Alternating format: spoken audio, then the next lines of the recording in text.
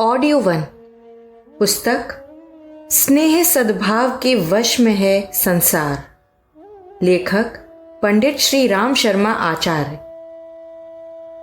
बाहुबल और साधन शक्ति के द्वारा दूसरे व्यक्तियों को जितना प्रभावित किया जा सकता है, उससे असंख्य गुना अधिक स्नेह सद्भाव से प्रभावित किया और उन्हें वशवर्ती बनाया जा सकता है।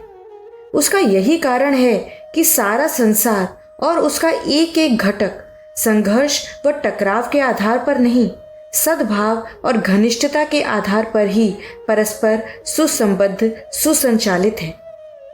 सद्भावनाओं को बढ़ाकर स्नेह और आत्मीयता का क्षेत्र विकसित कर दूसरों को प्रभावित करने में जितनी सफलता पाई गई है, उतनी संघर्ष, शक्ति प्रयोग और आक्रमण द्वारा कहीं भी नहीं मिली है।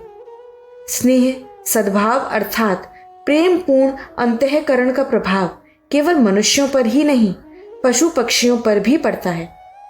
इस तथ्य को प्रतिपादित करने में इंग्लैंड के एक सामान्य व्यक्ति ने न केवल तर्क प्रस्तुत किए, वरन प्रामाणिकता की प्रतिमा बनकर स्वयं ही खड़ा हो गया।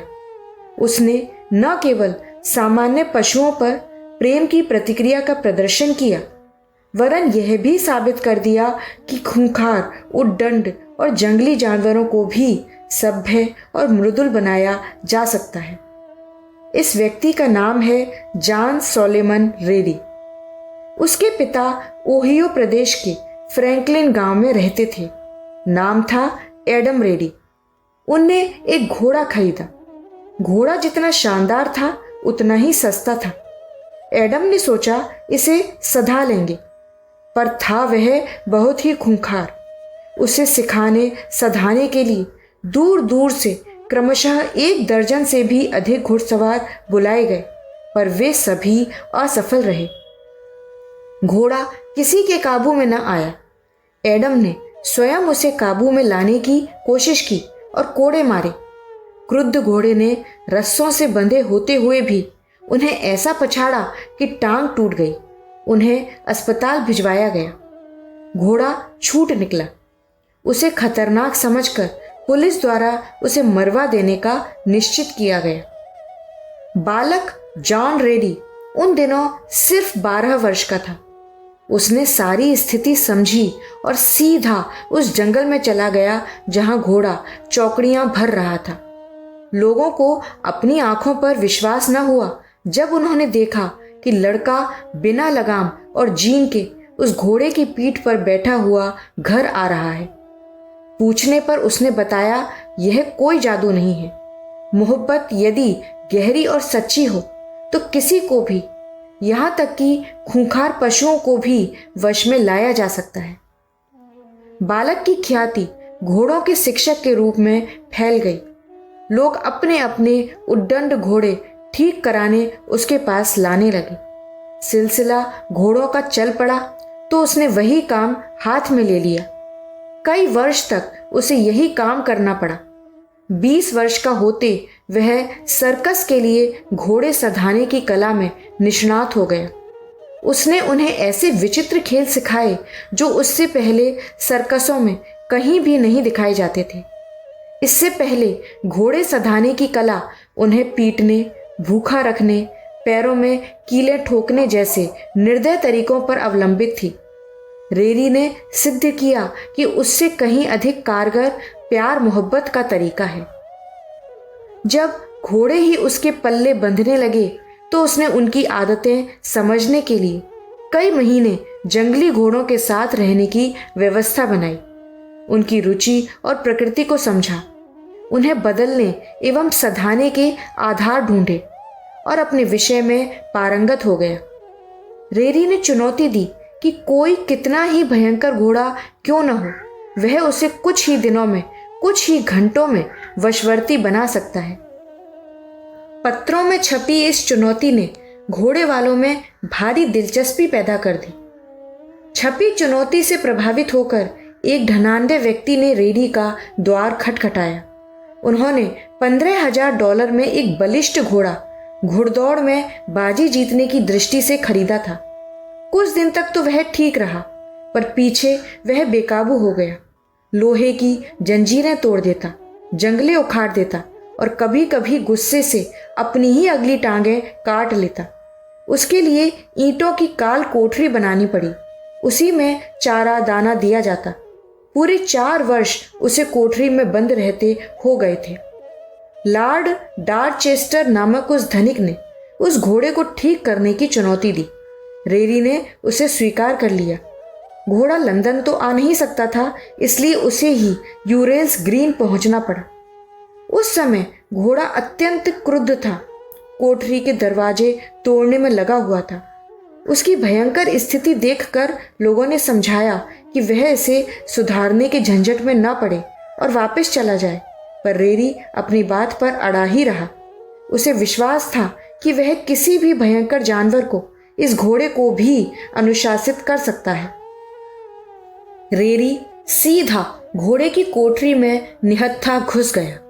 उसने पीठ और गर्दन सहलाई और 3 घंटे तक उसके साथ बातें करते हुए दुलारता रहा। जब वह घोड़े के साथ उसकी गर्दन के बाल पकड़े कोठरी से बाहर आया तो दर्शकों ने उसे जादूगर कहा, पर वह यही कहता रहा, यदि प्रेम को जादू कहा जाए तो ही उसे जादूगर कहलाना मंजूर है। उसके पास कोई मंत्र तंत्र नहीं है। रेरी ने अपनी कला का प्रदर्शन टेक्सास में किया, जिसमें दूर दूर के दर्शक और पत्रकार आए थे। उसके सामने 4 ऐसे घोड़े पेश किए गए जो जंजीरों से कसे रहते थे और चारों ही अपने मालिकों का खून कर चुके थे। रेरी पौन घंटे सींखचे वाली कोठरियों में अकेला उनके साथ रहा और फिर चारों को अपने साथ खुले मैदान में ले आया। उसने घोड़ों को लेटने का आदेश दिया तो वे बिल्ली की तरह लेट गए। दर्शकों ने भारी हर्ष ध्वनि की। एक बार तो उसने जंगली 12 सिंगों के एक जोड़े को पालतू कुत्तों जैसा बना लिया और वह उन्हें साथ लेकर प्रेम, दया और आत्मीयता के इस प्रत्यक्ष प्रभाव का प्रदर्शन करता गांव-गांव घूमा।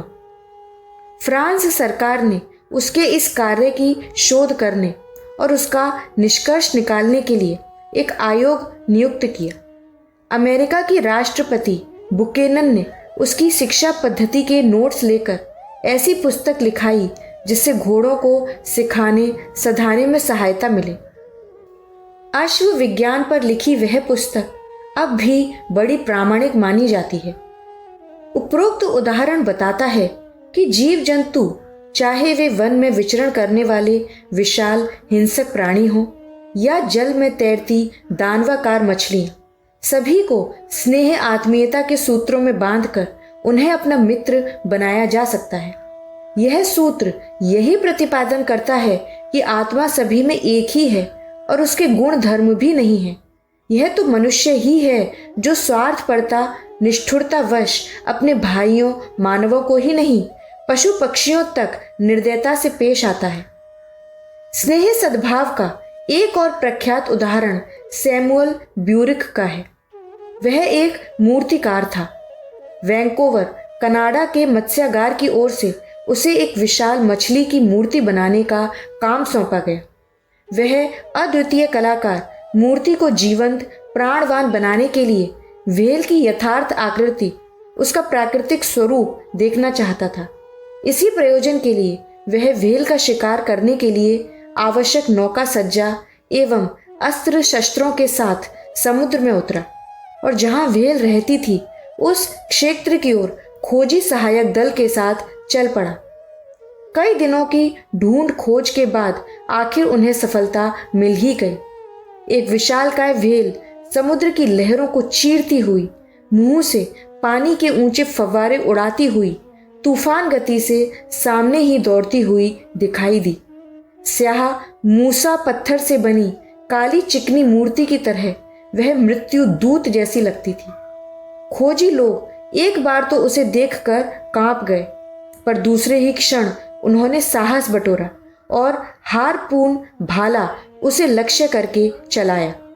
हवा में सनसनाता हुआ यह भाला उस जल दैत्य के दाहिने कंधे में जा घुसा। 1 मिनट के लिए शमशान जैसी निस्तब्धता छाई। फिर थोड़ी ही देर में घायल मछली ऐसा क्रुद्ध कोहराम मचाने लगी मानो वह समुद्र को ही मथ डालेगी। नाविकों ने हार्पून भाले की पूंछ में बंधे हुए रस्से को मजबूती से संभाला। न जाने यह घायल मृत्युदूत इस क्रुद्ध स्थिति में क्या कर गुजरे। इसी आशंका से उस शिकारी नाव में बैठे सभी कर्मचारी कांप रहे थे। दूसरे नाविक इस जीवन और मृत्यु की संधि बेला में अपने बचाव और आक्रमण को निरस्त करने के संभव उपाय बरत रहे थे, पर ब्यूरिख ज्यों का त्यों अविचल बैठा रहा, मानो उसकी पुतलियां दत्तचित्त हो व्हेल का चित्र स्मृति पटल पर उतारने में कुशल कैमरामैन की तरह तन्मय हो। यह क्षण बिजली की गति धारण किए हुए थे। आक्रमण का परिणाम कुछ ही मिनटों की अपेक्षा कर सकता था। नाविकों में से एक ने मछली की ओर मशीन गन दागनी आरंभ की। दूसरे ने हार्पून के रस्से को झटका ताकि घाव का दर्द बढ़कर उसे लौटने को विवश करे। तीसरा नाव को आक्रमण की दिशा से हटा रहा था। सभी अपने अपने ढंग के प्रयास कर रहे थे, पर ब्यूरिख को न जाने क्या हुआ। वह किसी भाव प्रवाह में बह रहा था। व्हेल में न जाने उसने कितना अद्भुत सौंदर्य देखा और यह उसकी काय संरचना पर एक प्रकार से मुग्ध ही हो गया। एक क्षण को उसे लगा कोई मत्स्य कन्या आकाश में उड़ रही है और अपने ऊपर अकारण हुए अन्याय का मर्मस्पर्शी उल्लाहना दे रही है। कलाकार की करुणा पिघल पड़ी, उसकी आंखों में से आंसू ढलक पड़े। उनमें न जाने कितनी आत्मग्लानि भरी थी और कितनी मोह ममता। लगा हार्पून उसी के कंधे में चुभा हुआ है। एक बार वह कराहा उठा। नाव में बैठे साथी चकित थे कि और नई विपत्ति क्या आई। ब्यूरिख को अचानक यह क्या हो गया। इस हलचल ने एक नया मोड़ लिया।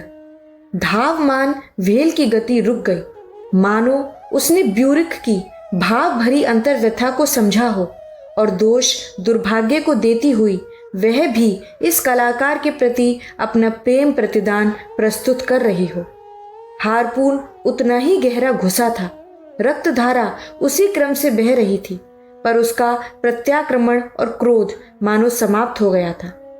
व्हेल पूर्णतया जीवित और सजग थी, पर वह मंत्र मुग्ध की तरह नौका के निकट चली आई। पानी में से उसकी चमकीली आंखें उस कलाकार की ओर इस प्रकार टकटकी लगाए टिकी हुई थीं, मानो वह अपनी मर्म कथा कवि जैसी संवेदनाओं के साथ व्यक्त कर रही है। ब्यूरिख को वस्तु स्थिति समझने में देर न लगी। उसे विश्वास हो गया कि आक्रमण प्रत्याक्रमण का दौर समाप्त होकर भाव भरा आदान प्रदान चल रहा है। घायल मछली पालतू कुत्ते की तरह नाव के इर्द गिर्द चक्कर लगा रही थी। इस स्थिति से डरे और घबराए हुए नाविकों को कलाकार यही आश्वासन देता रहा। भावना ने आक्रोश को जीत लिया। सद्भावना के प्रभाव में दुर्भावना बहकर चली गई। अब डरने की कोई जरूरत नहीं रह गई। दया ने अब घृणा का स्थान ग्रहण कर लिया है। ब्यूरिख ने नाव में लगे ट्रांसमीटर द्वारा वैंकोवर के अधीक्षण न्यूमैन को सूचित किया कि घायल व्हेल को जीवित पकड़ लिया गया है। अब उसके निवास की व्यवस्था की जाए।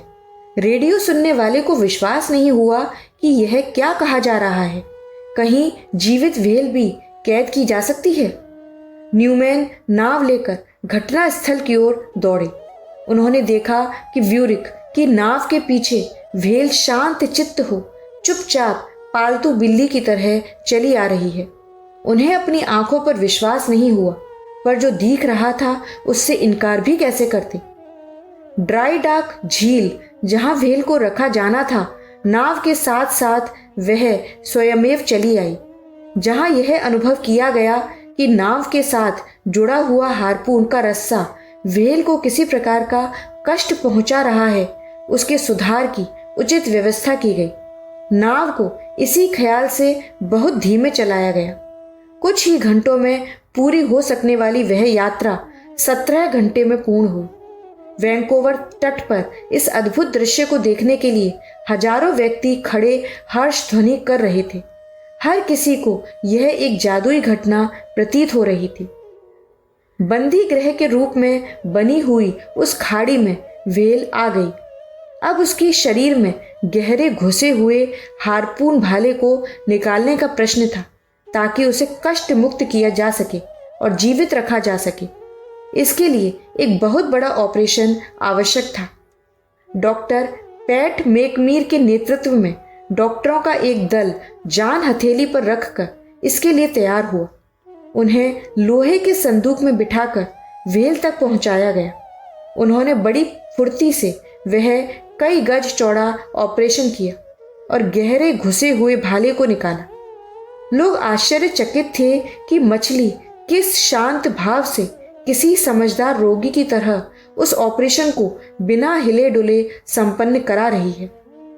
इतना सब हो चुकने और कई दिन जी चुकने के बाद यह विश्वास कर लिया गया कि व्हेल जीवन के विशाल अनुसंधान के लिए बहुत समय तक उसे पालतू रखा जा सकता है। तब यह सोचा गया कि उसका नामकरण किया जाए और यह पता लगाया जाए कि वह नर है या मादा। मादा पाए जाने पर उसका नाम मावी डॉल रखा गया। इस नामकरण के समारोह अवसर पर भारी वर्षा में 15,000 लोग अनुमति पत्र पाकर उस मत्स्य कन्या को देखने आए और लाइन लगाकर बहुत समय में इस अपने ढंग की अनोखी विश्व सुंदरी के दर्शन का लाभ ले सके। मावी डॉल की गतिविधियों के अनुसंधान ने मानव जाति को व्हेल जीवन की दुर्लभ जानकारियां दी हैं। साथ ही एक और भी उच्च स्तर का सत्य सामने प्रस्तुत किया है कि सद्भावनाओं की शक्ति अपार है। उनके आधार पर मृत्यु को अनुचरी बनाया जा सकता है और घृणा को ममता में परिवर्तित किया जा सकता है। यह प्रयोग न केवल मनुष्य मनुष्य के बीच सफल होता है, वरन प्राणी जगत का कोई भी जीवधारी सद्भावनाओं की पकड़ से बाहर नहीं हो सकता, भले ही वह अविकसित मनोभूमि या क्रुद्ध प्रकृति का ही क्यों न हो। जादू की चर्चा बहुत होती रहती है, पर स्नेह और सद्भावना से बढ़कर वीरानों को अपना बना सकने का शक्ति संपन्न जादू शायद ही और कोई हो। यदि मनुष्य इस सिद्धांत को अपनाकर अपने जीवन में सरस भाव संवेदनाओं करुणा का समावेश कर सके तो पारिवारिकता का सौम्यता से भरा वातावरण पृथ्वी पर दृष्टिगोचर हो सकता है। स्नेह और सद्भाव वे कड़ियां हैं जिनके माध्यम से मानव मानव को ही नहीं, जीव समुदाय को भी एक सूत्र में पिरोया जा सकता है। समष्टिगत आत्मा का यह चिरंतन गुण सब में विद्यमान है।